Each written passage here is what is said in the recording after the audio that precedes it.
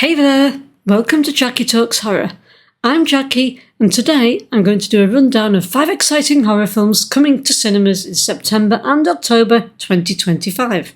We've got returning icons, a long-awaited Stephen King adaptation, a chilling follow-up, a darkly twisted weekend away, and a creepy sequel that might take things to the dream world.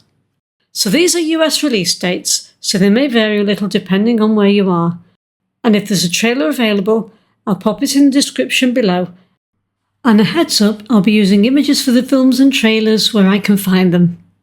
Okay, so let's get started. First up is The Conjuring Last Rites, coming to cinemas on the 5th of September 2025. We have Vera Farmiga and Patrick Wilson back in what we're told is their last outing as Fred and Lorraine Warren. I will be sad to see them go, as these two actors have brought so much to the characters.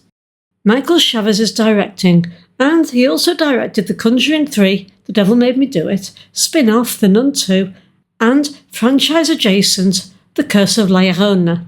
So the Warrens have retired from the paranormal business and are brought back in for the Smell case, which could prove to be their most disturbing case yet, and has been the subject of books, documentaries, and plenty of debate in real life.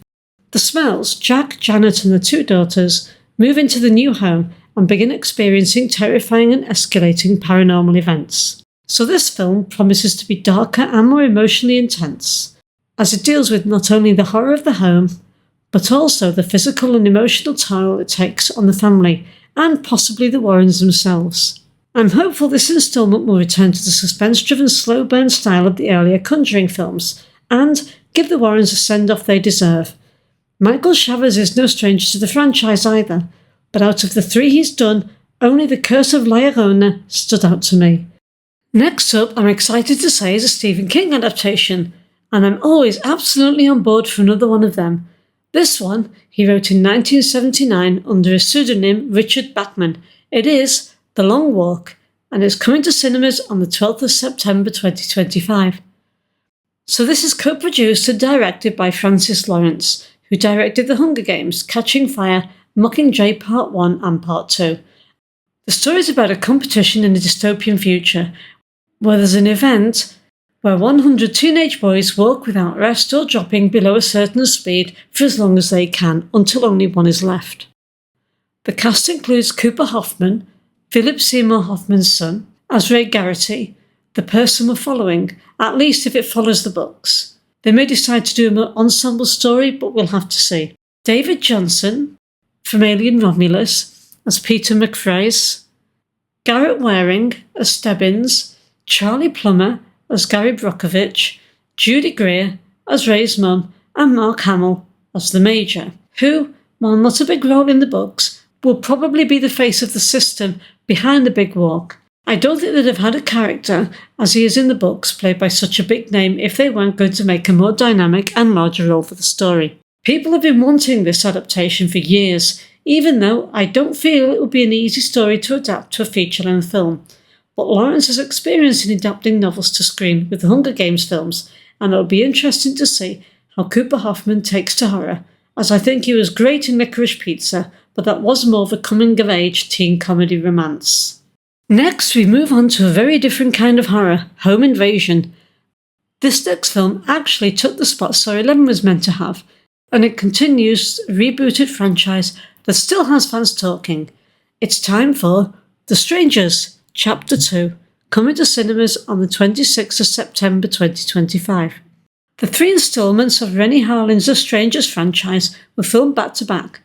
Maya, played by Madeline Petch, who's in Part 1 and 2, returns, and the film is going to follow her journey after the events of Chapter 1, where she and boyfriend Ryan came up against 3 masked strangers and she emerged the sole survivor.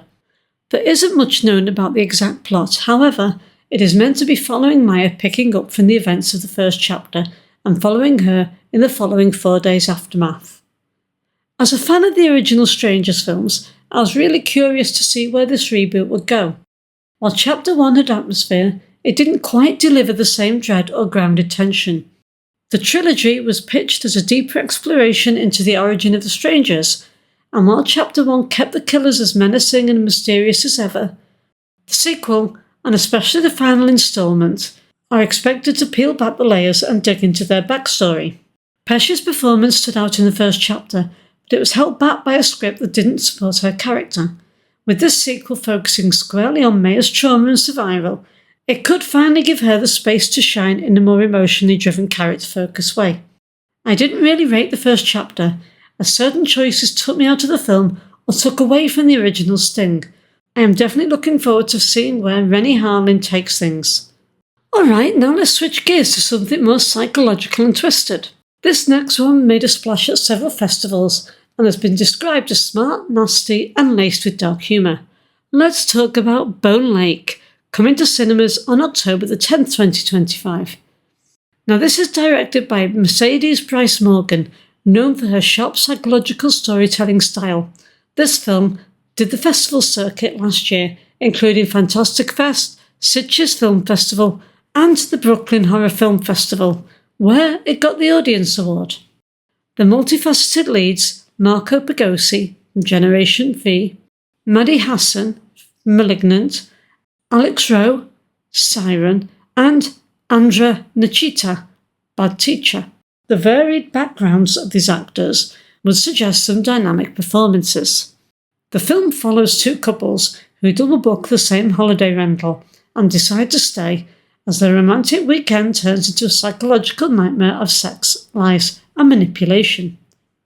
People lucky enough to see it at those festivals described it as a blend of dark humour and horror, praising its script for being clever, packed with unpredictable twists, with its dark humour up front, but not holding back on the gore.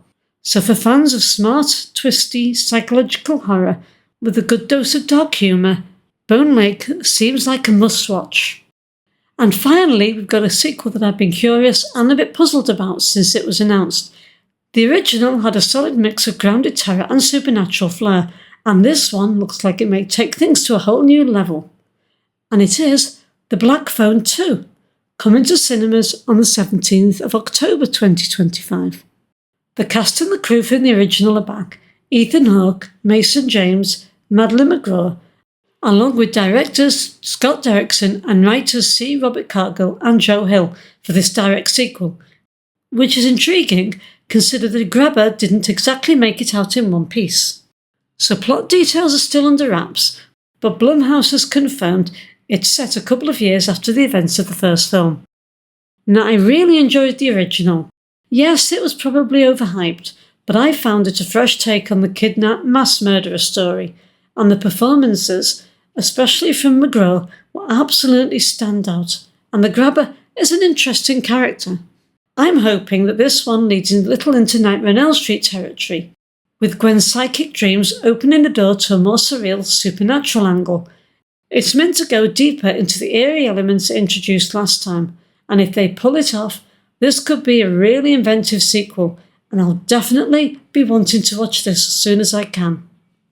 Okay, so that's it. 5 films coming in September and October this year. Get your calendars marked. Are you as hyped as I am about The Conjuring Last Rites and The Black Phone 2? What are you most looking forward to from this list? Did I miss one out that you're looking forward to? On a side note, I do hope that we actually do get Saw 11 once the producers and directors sort their differences out, as I thought Saw 10 was top 2 Saw for me. Anyway, thank you for watching, and do leave your comments down below, but remember to be respectful. And remember, this is only my opinion of what's coming up and these films. It'll be a boring old world if we all like the same things.